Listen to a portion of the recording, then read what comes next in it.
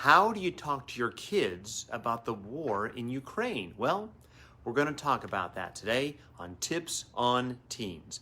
My name is Kent Toussaint. I'm a licensed marriage and family therapist, and I specialize in helping kids, teens, and families live happier lives. I lead two organizations, Teen Therapy Center and the nonprofit 501c3 organization Child and Teen Counseling, both here in Woodland Hills, California. And every Wednesday at noon, I jump onto Facebook Live to answer your parenting questions. Let's jump into today's. I haven't quite gotten around to talking to my kids about the war in Ukraine yet, and I know they're starting to hear stuff from other kids at school. One of my friends said her son came home asking about World War III, which makes me think I should get a move on. How do I explain it to them and reassure them that we are safe? Well, thank you for your question. I think it's a big topic. I think we're all thinking about it right now.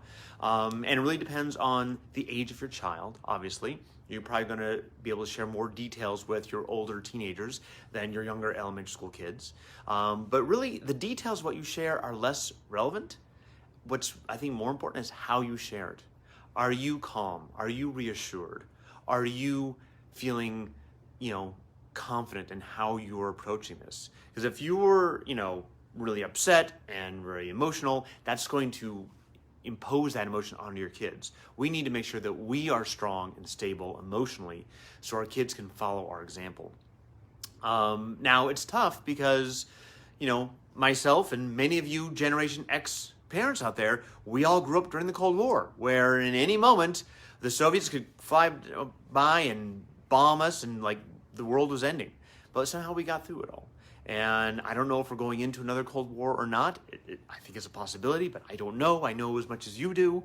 But we handled it. And our parents were able to handle it. Our parents were calm about it most of the time, I think. I'm sure there were exceptions. But I think we need to stay calm. And I think the tough thing about all this is what the feeling of helplessness about what seems like an unnecessary, staggering loss of life and the tragedy that the children and the people of Ukraine and are going through, and the people fleeing Ukraine and people dying of hunger and war and all that stuff is helpless, and it feels horrible. And what I would recommend is, if that's where you are, taking action helps. Now, I'm not saying go grab a rifle and fly off to Ukraine, but there are many organizations, nonprofits, who are giving aid to the victims, to the refugees, getting food, medicine, clothing, things like that. I have a link down below for UNICEF, which is one of the main organizations doing this. They're not the only organization, but they are one organization. And if you wanted to, you could donate. And your kids could donate. And if you want your kids to be more active in donation, have them go collect, recyclable bottles and cans. And every time they've got $50 worth of money they've saved, they donate that to the cause.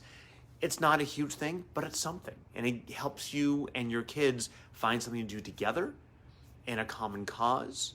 And that may also help you guys connect more too, which I harp on this all the time. Connection, jump on connection. If this war in Ukraine, if the silver lining of this is you and your kids find something that you can all rally behind and galvanizes you as that feeling like a team where you are raising money for this cause of helping the kids and the refugees, then so be it. Much better than being on TikTok. Another thing, last thing, is make sure you're talking to kids about where they're getting their news. Because as we know, TikTok and Instagram and YouTube and other sources are not always the best source of news. Now, I'm not saying the main channels of our news are always the greatest source of news either. You gotta have to be choosy with where you get your news from. And not every news agency is going to be as legit as the other. And which ones are those? It's really going to be based on your opinion, because we're all going to have different opinions on which news agency is reliable and trustworthy, So make sure you have talks about this with your kids about where they're getting their information from, because not all information is valid information. Anyways, that's our talk for today.